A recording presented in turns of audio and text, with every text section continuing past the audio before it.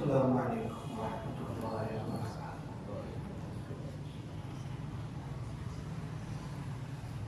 نحمده ونصلي ونسلم على رسوله الكريم، أما بعد، قال الله تبارك وتعالى: أعوذ بالله من الشيطان الرجيم، بسم الله الرحمن الرحيم، يا أيها الذين آمنوا لا يسخر قوم من قوم عسى أن يكونوا خيرا منهم ولا نساء من نساء عسى أن يكن خيرا منهن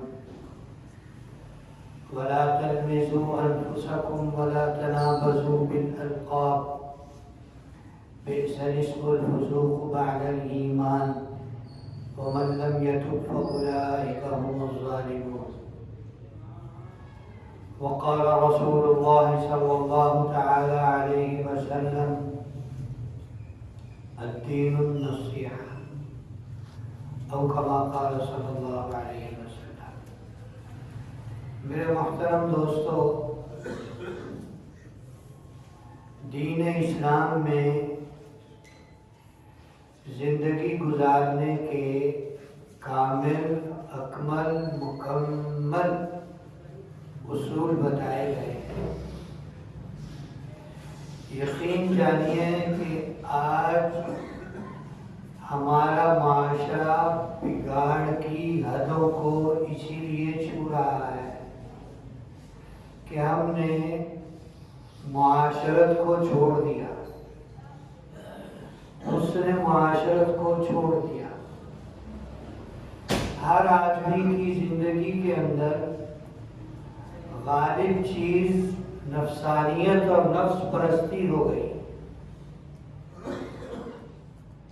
ہر آدمی کے اندر غالب اور غلب کیا ہو گیا؟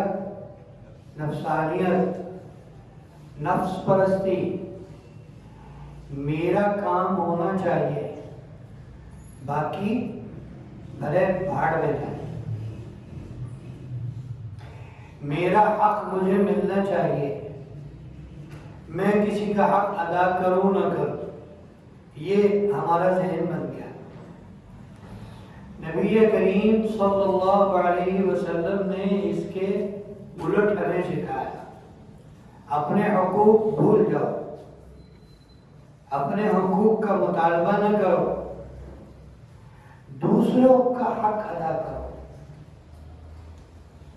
تمہاری موت اس حال میں ہونی چاہیے کہ تمہارے سر پر کسی کا حق باقی نہیں ہونا چاہیے۔ آج کل تو اس کے برعکس چل رہا ہے۔ ایک آدمی مر رہا ہے، اس کے ذمے 20 لوگوں کے حقوق ہیں، وہ پتہ نہیں کیسے اپنی خبر میں اتر رہا ہے۔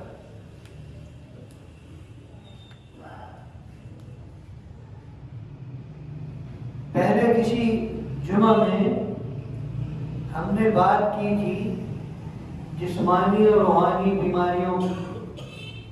جس طرح جسمانی بیماریاں ہیں، اسی طرح روحانی بیماریاں بھی ہیں۔ ان میں سب سے بدترین بیماری انانیت ہے، میں۔ آدمی کے اندر میں اتنی غالب ہو کہ وہ ہر جگہ پر اسی جذبے کے ساتھ جائے: میرے علاوہ اور کوئی نہیں، میں ہی ایک ہوں، میرے علاوہ اور کوئی نہیں۔ جبکہ نبی کریم صلی اللہ علیہ وسلم نے اس جذبے کو ایسے ختم کیا کہ صحابہ کہتے تھے: میں نہیں ہوں، یہ سب ہے، میں نہیں ہوں، یہ سب ہیں۔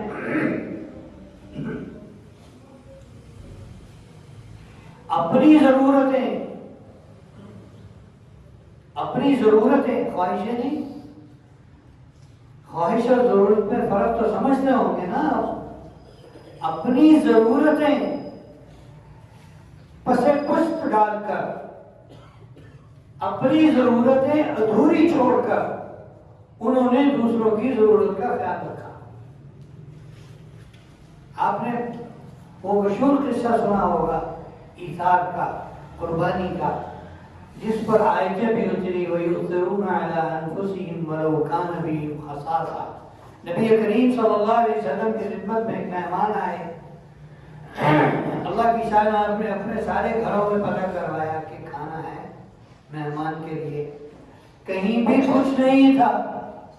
صحابہ میں سے کسی کو پوچھا، بھائی اس مہمان کو آج اپنے گھر کون لے جائے گا، اس کی مہمان نوازی کون کرے گا؟ ایک صحابی فوراً ہاتھ کھڑا کیا، میں حاضر ہوں۔ وہ لے گئے اپنے گھر، بیوی سے پوچھا، ہاں مہمان ہیں ایک آپ صلی اللہ علیہ وسلم کے، بتاؤ کچھ ہے؟ انہوں نے کہا ہاں بس تھوڑا سا کھانا ہے جو بچوں کے لیے میں نے رکھا ہے۔ انہوں نے کہا تم بچوں کو کسی طریقے سے پہلا پھسلا کے سلا دو اور وہ کھانا ہم مہمان کو کھلائیں گے، وہ کھانا ہم مہمان کو کھلائیں گے۔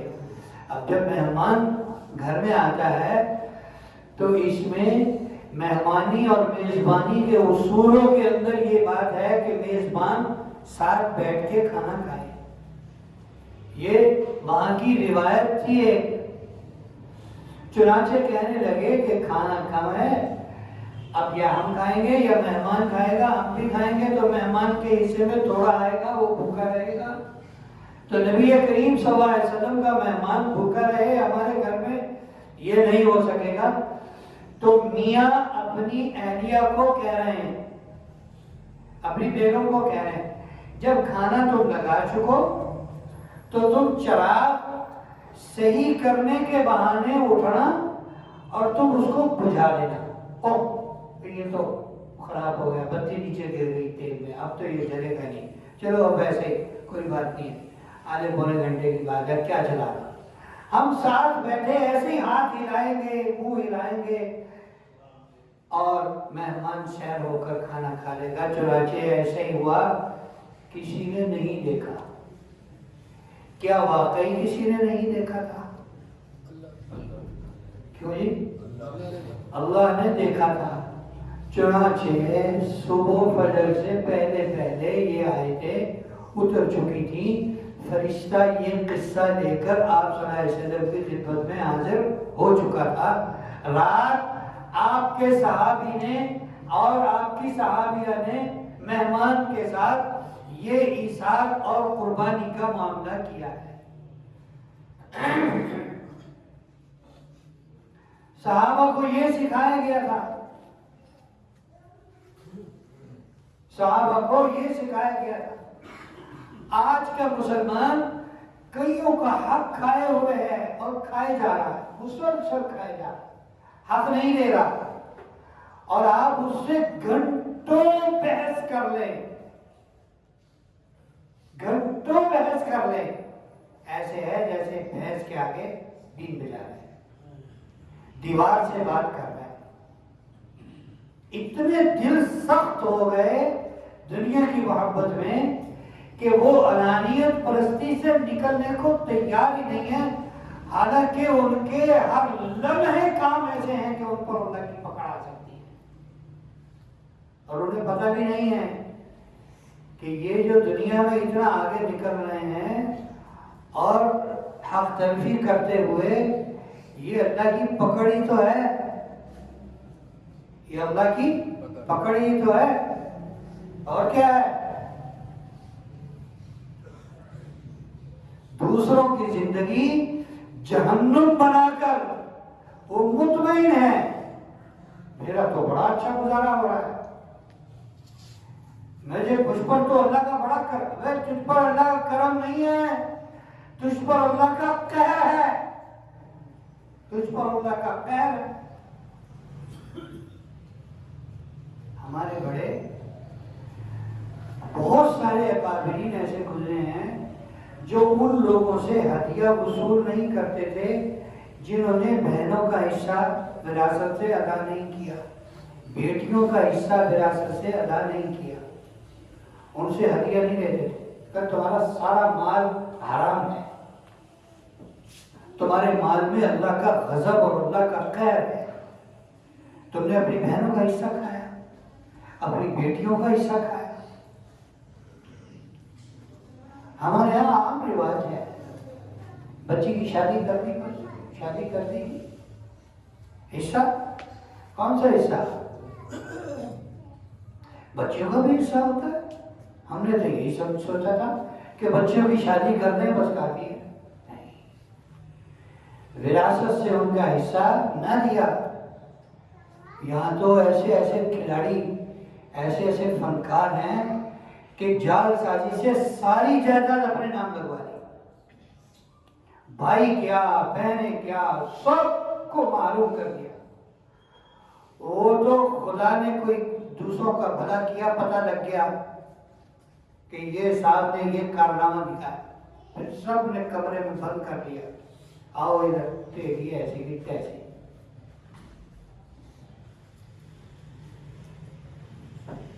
اب اس کو کیا کہیں گے؟ اس کے دل میں کو خدا کا خوف ہے؟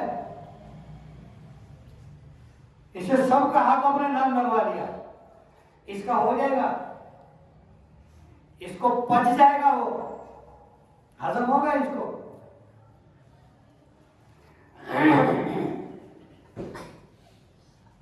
میرے محترم دوستو، دنیا جتنی بھی ہو،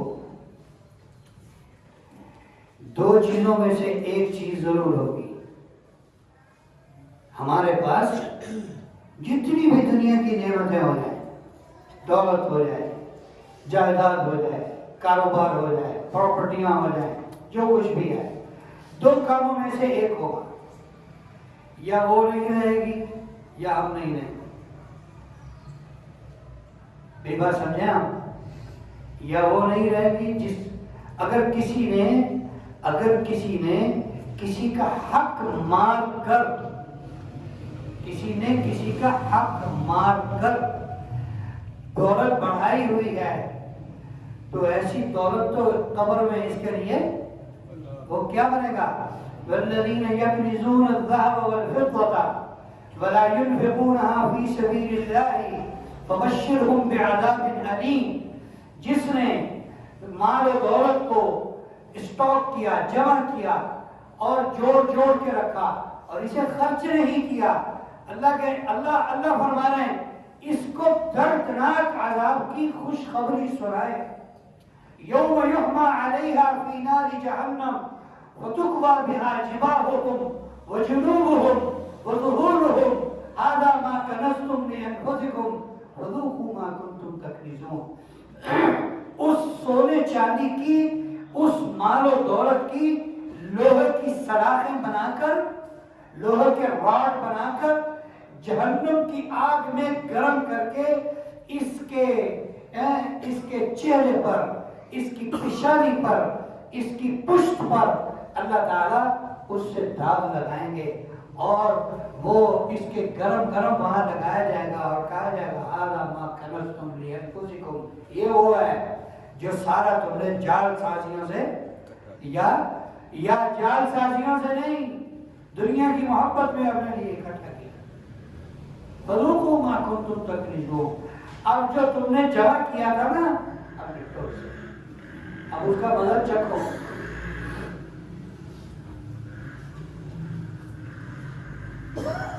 ہمارے ہاں نفسانیت پرستی اتنی آ گئی، میں باقی کچھ نہیں، ہم جماعت دیگرے دیش، میں کافی ہوں، باقی کوئی کچھ نہیں ہے۔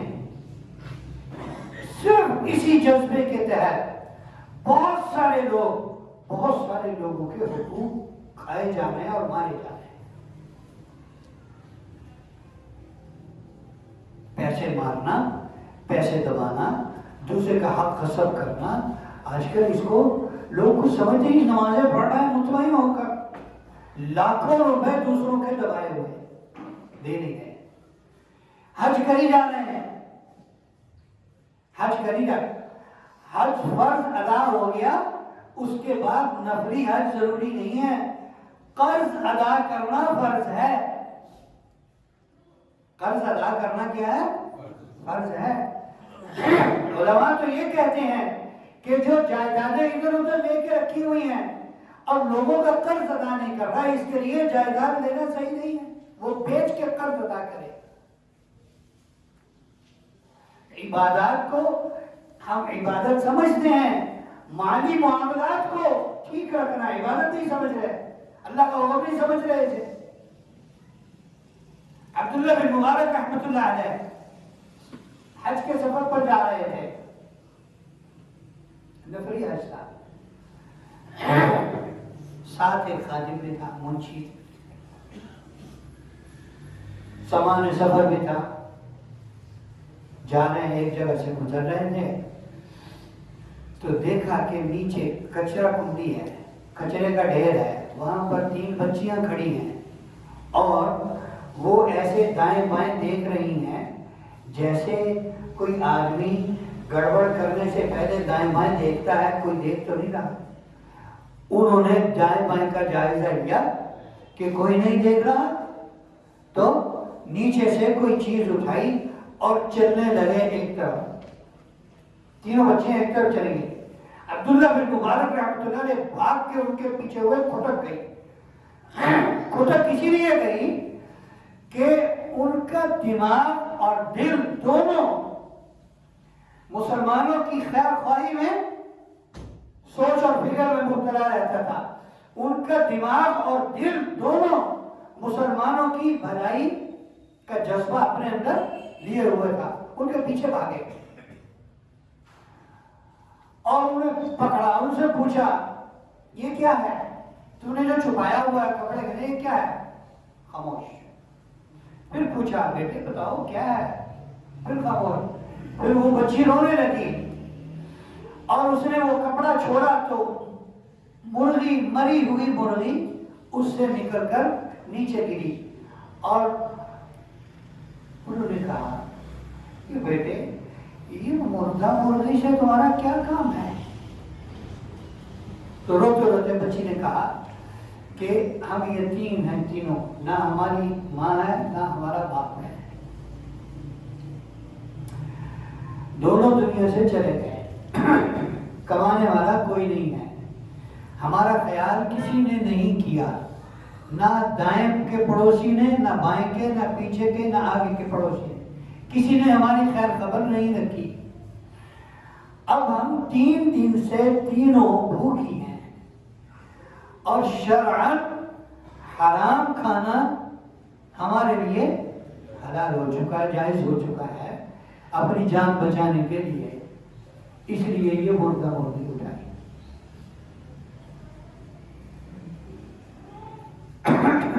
پہلے تو خود کو ملامت کی، پہلے تو خود کو ملامت کی کہ امت کا یہ حال ہے، امت کی بیٹیوں کا یہ حال ہے، اور تجھے نفلی حج کی سوچ رہی ہے۔ فوراً اپنے منشی کو بلایا، اسے کہا ادھر آؤ، خزانچی کو بلایا، اسے کہا تمہارے پاس کتنے پیسے ہیں؟ اسے کہا واپس گھر، یہاں سے واپس گھر تک جانے کے لیے کتنے پیسے درکار ہوں گے؟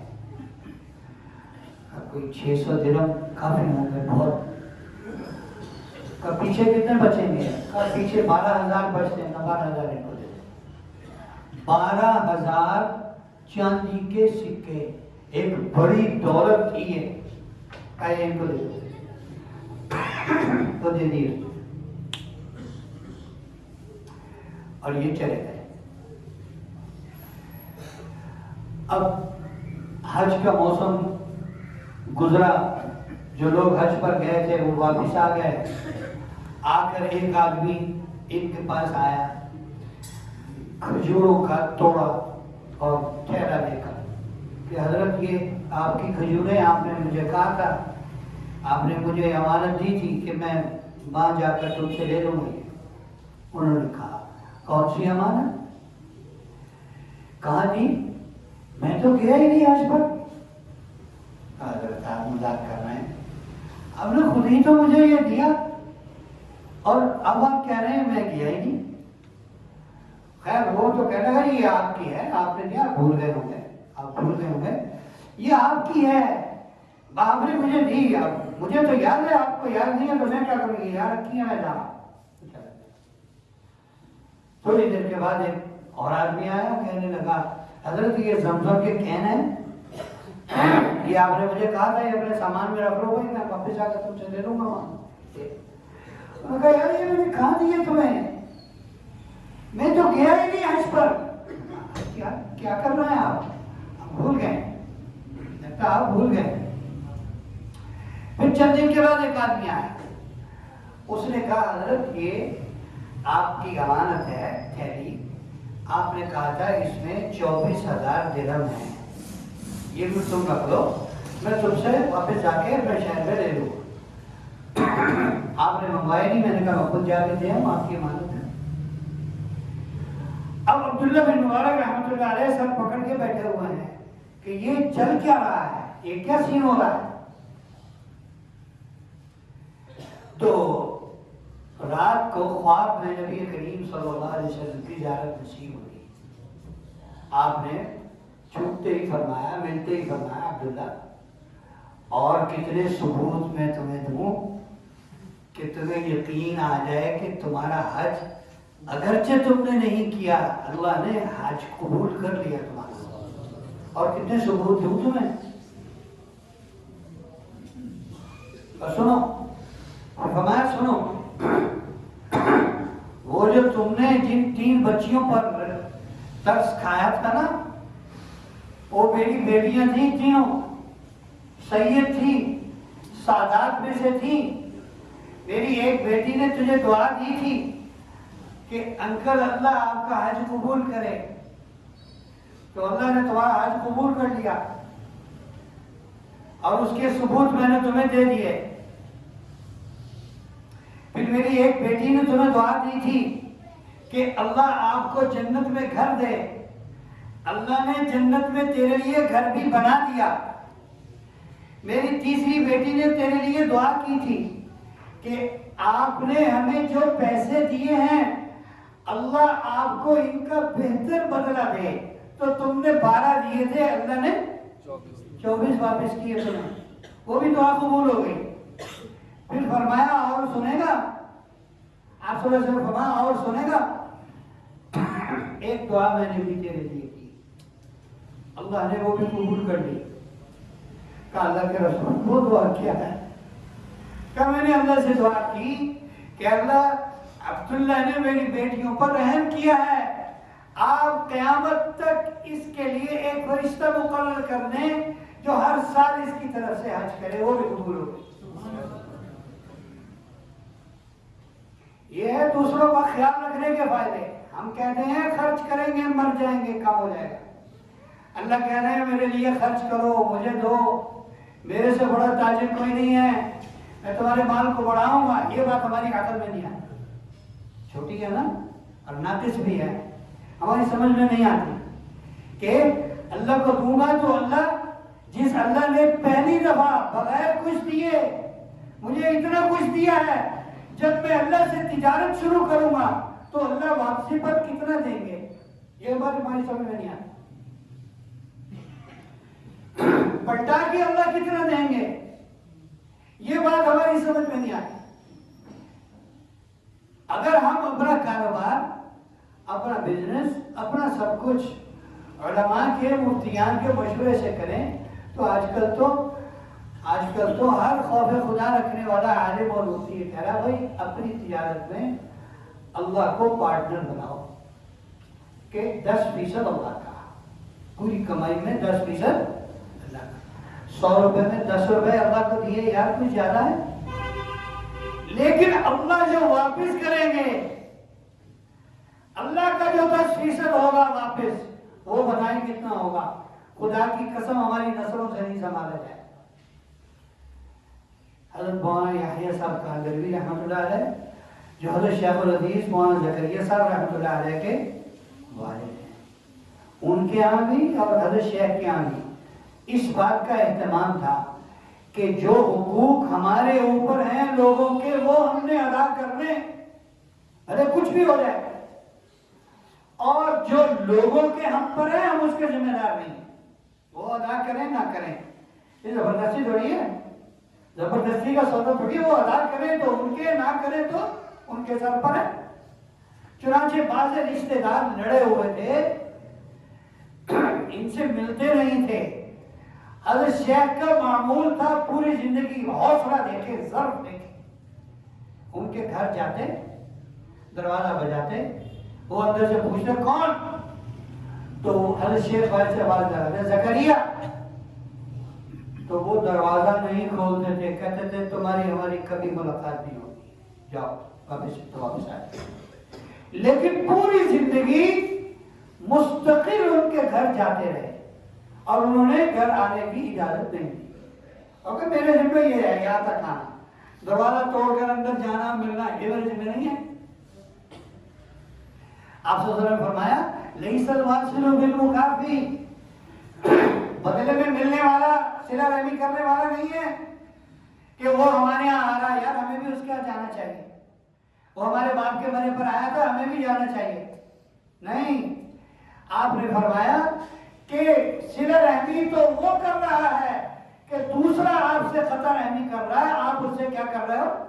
صلہ رحمی کر رہا ہے۔ یہ اصل صلہ رحمی کرنے والا اللہ تعالیٰ ہمیں دوسروں کے حقوق کی ادائیگی کی فکر نصیب فرمائے۔